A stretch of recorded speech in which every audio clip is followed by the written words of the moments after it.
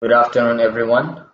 My name is Amin Dauji. I'll be showing you a demonstration on how VFD works on Teleprime. So first of all, I'll be posting my sales entry.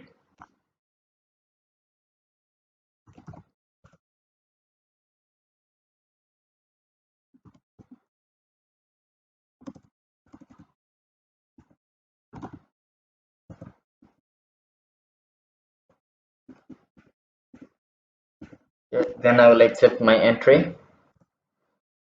I will get a notification saying if I want to continue creating VFD.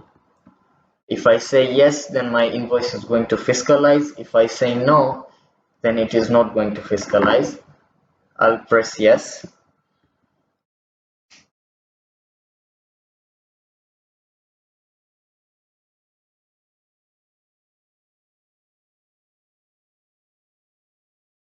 Okay, then I'm going to preview my invoice if it's already fiscalized.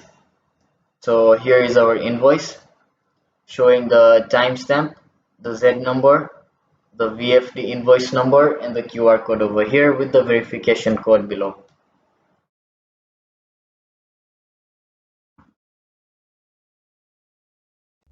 Contact Power Computers